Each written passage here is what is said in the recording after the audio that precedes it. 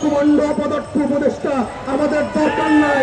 আপনাদের এই উপদেষ্টাদেরকে দুদকের দুর্নীতি করা, আগামী বছর জেলে নেওয়ার ব্যবস্থা করবে।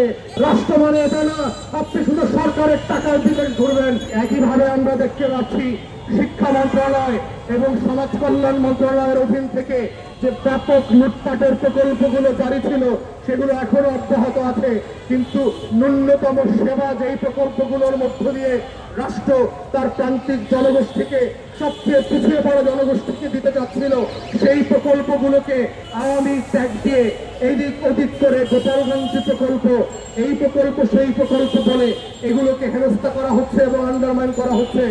রাষ্ট্র যাদের মাধ্যমে সবচেয়ে বেশি ক্ষতিগ্রস্ত হয়েছে তাদেরকে আমরা বিচারের মুখোমুখি না করে প্রতিবন্ধী স্কুলগুলোকে আমরা আওয়ামী ট্যাগ দিচ্ছি, তথ্য আপাদেরকে আমরা আওয়ামী ট্যাগ দিচ্ছি, যারা প্রান্তিক নারীদেরকে সেবা দেয়, যারা প্রান্তিক জনগোষ্ঠীকে, প্রতিবন্ধী শিশুদেরকে বিনামূল্যে পড়ায়, বিনা ফিতে পড়ায়, তাদের ব্যাপারে আমাদের কোনো আলোচনা নাই। ক্যাবিনেট মিটিং গুলো নিয়ে আমাদের রীতিমত প্রশ্ন আছে। এতদিন আন্দোলন করবার পরও সেই সকল উপদেষ্টারা এই ছোটখাটো সমস্যার সমাধান করতে পারে না। গণ অভ্যুত্থানের পরের সরকারে এই ধরনের অকার্যকর, অনর্থ, অকাল কুমন্ড অপদার্থ উপদেষ্টা আমাদের দরকার নাই। এই ধরনের উপদেষ্টা এবং কর্মকর্তাদেরকে সম্মানের সাথে এক কাপড়ে বাড়িতে পাঠান। যদি না পাঠান, এই আমলারা, আমলারা নতুন নতুন প্রকল্প করে আপনাদের এই উপদেষ্টাদেরকে দুদকের দুর্নীতি করা, আগামী বছর জেলে নেওয়ার ব্যবস্থা করবে। মোনালিসা হেভি ফ্লো 15 পিস প্যাকেটের সাথে 8 পিসের একটি প্যাকেট একদম ফ্রি। সেই দিন কিন্তু আসতেছে, আমলাদেরকে আপনারা চেনেন নাই। তারা কিভাবে কাকে কোন ঘাটের জল খাওয়াবে এবং কোন বেলাতে খাওয়াবে সেইটা বোঝার ক্ষমতা শেখ হাসিনারও বুঝতে অনেক দেরি হয়ে গেছে। তাই সেই জায়গা থেকে আপনারা শিক্ষা নেন। আমাদের পক্ষ থেকে আমরা জোর দাবি জানাচ্ছি, প্রয়োজনে আপনারা অবিলম্বে একটা উপকমিটি করেন।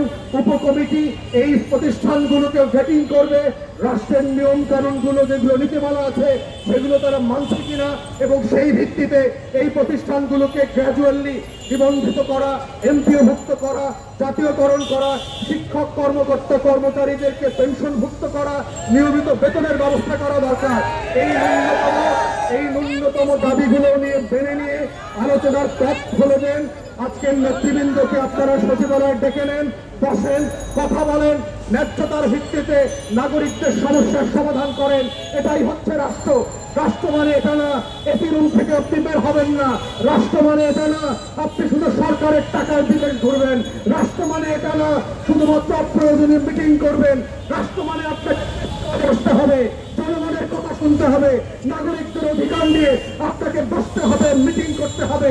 এটাই হচ্ছে রাষ্ট্র, এটাই হচ্ছে ন্যায্য দাবির জায়গা।